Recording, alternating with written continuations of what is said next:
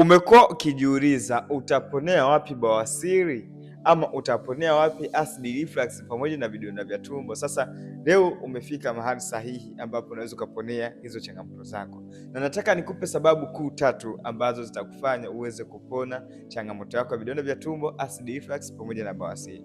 Kitu cha kwanza kabisa, hapa Maarifa ya Afya huwa na programu maalum ambayo unawapa wagonjwa ambao wana changamoto hizi, ambao huwa inawasaidia kupona changamoto bila dawa. Lakini pia kitu cha pili, huwa nawapatia mazoezi ya kufanya ili uweze kuondokana na hizo changamoto kwa haraka sana, ili uweze kuendelea na shughuli zako. Lakini kitu cha tatu, huwa nawapatia package ya dawa ambazo zinakwenda kudili na changamoto zao moja kwa moja na kuziondoa kwenye mwili.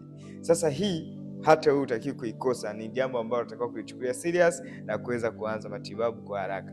Kama uko hapa kwenye hii video na umenisikiza mpaka mwisho, comment hapa